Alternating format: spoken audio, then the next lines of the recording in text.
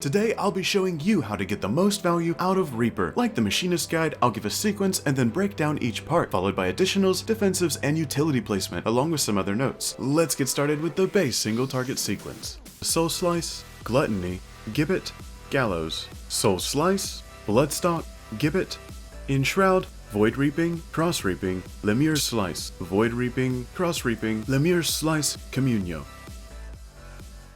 Reaper has three main priorities. 1. Getting Soul Slice on cooldown. 2. Keeping Gluttony on cooldown. And 3. Entering Enshroud. Soul Slice enables immediate Bloodstock or Gluttony casts. With 2 charges on a 30-second cooldown, they are Reaper's 15-second go. Bloodstock and Gluttony give charges of Gibbet and Gallows, the latter giving 2. These charges transform your 1 combo, alternating between Gibbet and Gallows automatically based on the last one used, and granting 20 Shroud gauge per cast. Now let's drop in our utility and defensives. This sequence assumes both fighters are playing optimally, getting damage windows out as soon as possible and keeping high uptime. The full sequence is Arm's Length into Soul Slice, Gluttony, Gibbet, Gallows, Potion, Arcane Crest, Soul Slice, Bloodstock, Gibbet, Enshroud, Bloodbath, Void Reaping, Cross Reaping, Lemure Slice, Void Reaping, Cross Reaping, Lemure Slice, Communio. Our placements aim to prepare for and cover the opponent's go windows, while giving potions the most room for value, the first coming out around 70% HP to start the cooldown. Arm's Length, Crest, and Bloodbath all chain into each other with full durations, covering each damage phase. After the sequence is when you take control of the fight. At this point, your health is nearly full, your third potion has just come back, and the next will come in when Crest is ready. You've also just done 2.5 striking dummies worth of damage. Most jobs are losing steam at this point. Stay comfy with potions and look for a smite. You'll reach 50 gauge with combo as soon as Gluttony is ready. Enshroud will be up now, but you'll have a few seconds left on Bloodbath. Use Crest and Potion to combo twice more, or Soul Slice, Bloodstock, Gibbet to bank gauge while waiting for Bloodbath. Shroud's duration is much longer than what the full combo requires, so you have plenty of time to get everything off. Both Void and Cross Reaping, Shroud's 1 combo, and Lemure's Slice have a reduced global cooldown that are separate from each other. Think of Machinist Heat Blast and Gauss Round interaction during Hypercharge. You can also store Lemure's Slice charges like Gauss. This enables you to weave other abilities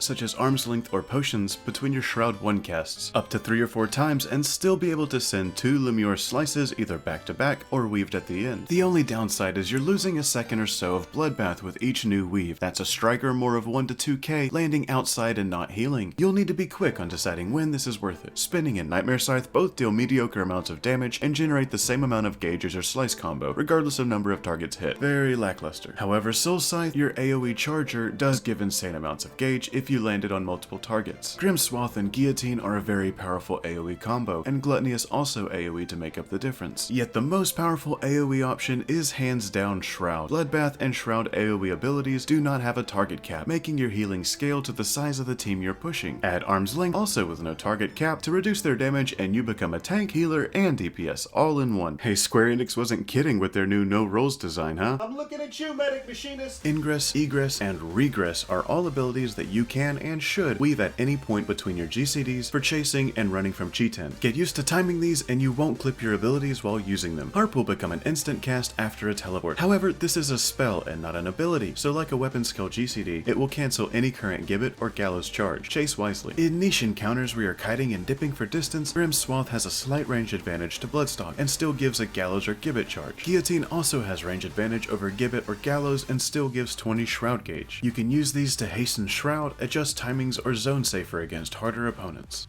If you found this helpful, please drop a like and subscribe if you'd like to see more content. It helps a ton and I really appreciate it. Thank you.